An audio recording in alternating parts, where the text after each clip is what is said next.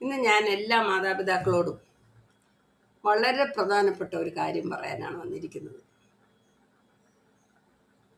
ഞാൻ സംസാരിക്കാൻ പോകുന്നത് ഒരു ചോദ്യം ചോദിക്കട്ടെ. നിങ്ങളുടെ കുട്ടി കണക്ക് പഠിക്കുന്നുണ്ടോ? ഇംഗ്ലീഷ് പഠിക്കുന്നുണ്ടോ? കമ്പ്യൂട്ടർ പഠിക്കുന്നുണ്ടോ?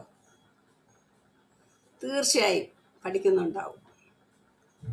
പക്ഷെ പണം എങ്ങനെ സമ്പാദിക്കണം, എങ്ങനെ ചെലവാക്കണം, എങ്ങനെ സേവ് ചെയ്യണം എന്നൊക്കെ ആരാണ് പഠിപ്പിക്കുന്നത്? മിക്ക സ്കൂളുകളിലും ഈ വിഷയം പഠിപ്പിക്കാറില്ല.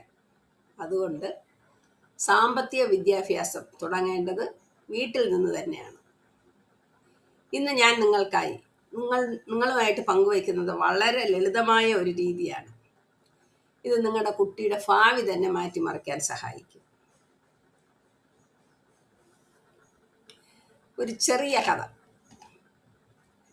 രണ്ട് കുട്ടികൾ. ആ രണ്ട് കുട്ടികളിൽ ആദ്യത്തെ കുട്ടിക്ക് ആവശ്യപ്പെട്ടതെല്ലാം മാതാപിതാക്കൾ വാങ്ങിച്ചു കൊടുക്കും. പണം കൊടുത്ത് എന്ത് ചോദിച്ചാലും വാങ്ങിച്ചു കൊടുക്കും. രണ്ടാമത്തെ കുട്ടിക്ക് പണത്തിൻ്റെ മൂല്യം അവർ പഠിപ്പിച്ചു. വർഷങ്ങൾ കഴിഞ്ഞപ്പോൾ ആദ്യത്തെ കുട്ടി എപ്പോഴും കൂടുതൽ പണം ചെലവാക്കണം, കൂടുതൽ പണം വേണം എന്നൊക്കെ മാത്രം ചിന്തിച്ചുകൊണ്ടിരുന്നു. രണ്ടാമത്തെ കുട്ടി പണം എങ്ങനെ കൈകാര്യം ചെയ്യണമെന്ന് പഠിച്ചു. വ്യത്യാസം കണ്ടോ? എവിടെയാണ് വ്യത്യാസം? വിദ്യാഭ്യാസത്തിലല്ല, സാമ്പത്തിക ശീലങ്ങളിലാണ് വ്യത്യാസം വന്നത്. ഒരു ചെറിയ ഉത്തരവാദിത്തങ്ങൾ നൽകുക. കുട്ടികൾക്ക് ചെറിയ ചെറിയ ഉത്തരവാദിത്തങ്ങൾ നൽകണം. കുട്ടികളുടെ പ്രായത്തിനനുസരിച്ചുള്ള ചെറിയ ജോലികൾ നൽകണം. ഉദാഹരണത്തിന്,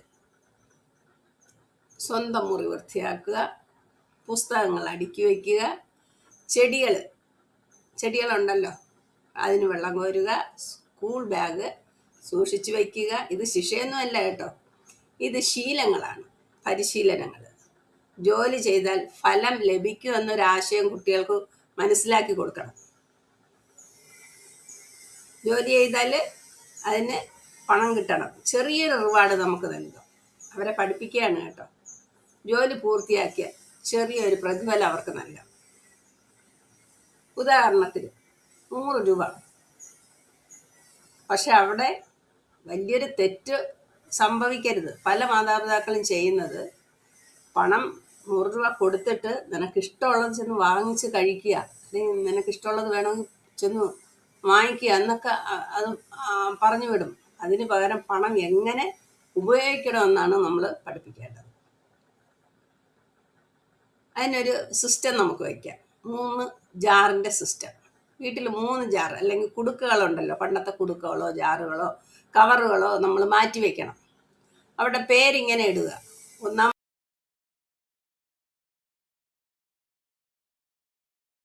ജാറിൻ്റെ പേര് ഗിവിങ് ജാർ, രണ്ടാമത്തത് സ്പെൻഡിങ് ജാർ, മൂന്നാമത്തെ സേവിങ് ജാർ.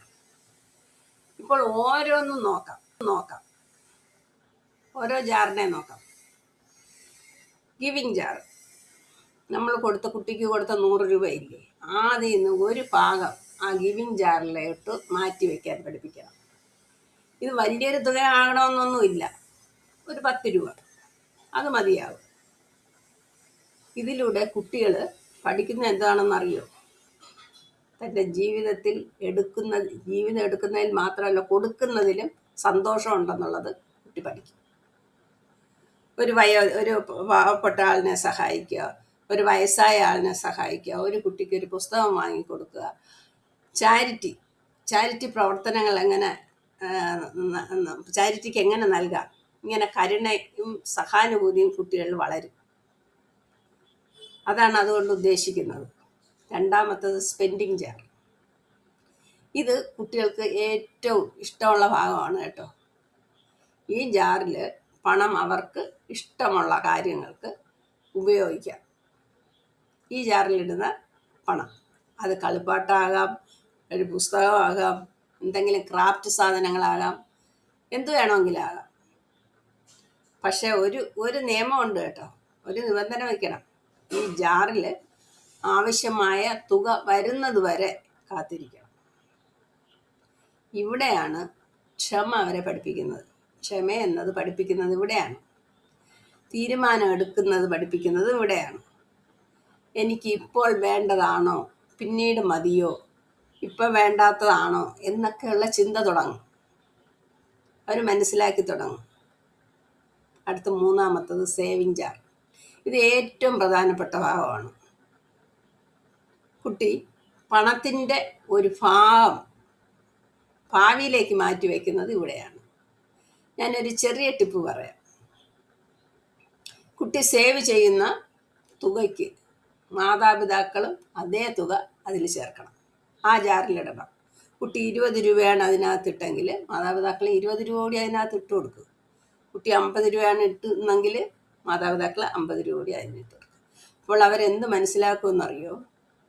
അവർ മനസ്സിലാക്കുന്നത് സേവ് ചെയ്യുന്ന പണം വളരുന്നു എന്നുള്ളതാണ് അവർ മനസ്സിലാക്കുന്നത്. നിക്ഷേപത്തിൻ്റെ ആദ്യ പാഠമാണത്. കുട്ടികൾ പഠിക്കുന്ന 5 പാഠങ്ങളാണ് ഇവിടെ.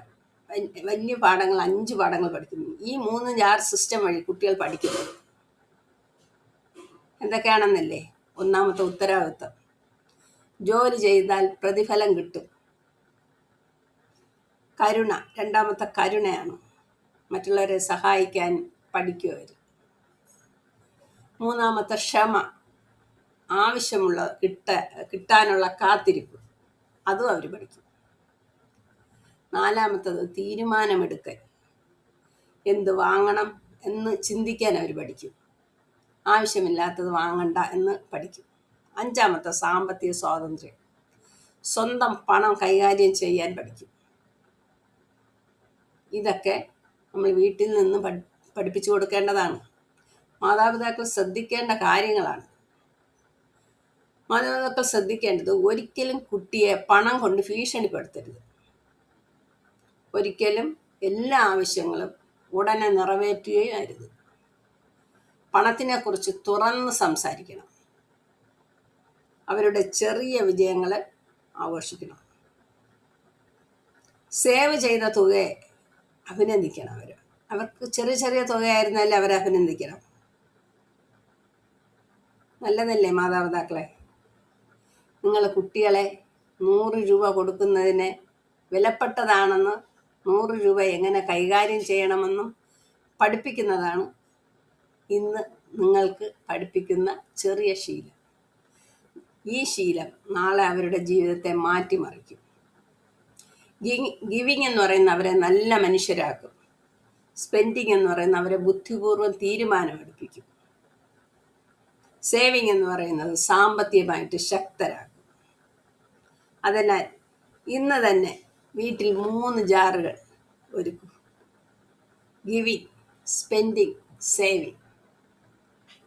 നിങ്ങളുടെ കുട്ടിയുടെ സാമ്പത്തിക ഭാവി ഇന്ന് തന്നെ ആരംഭിക്കട്ടെ.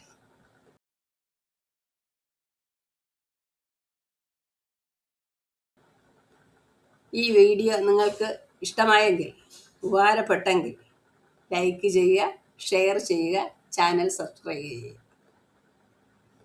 ഞാൻ ബീന റാണി.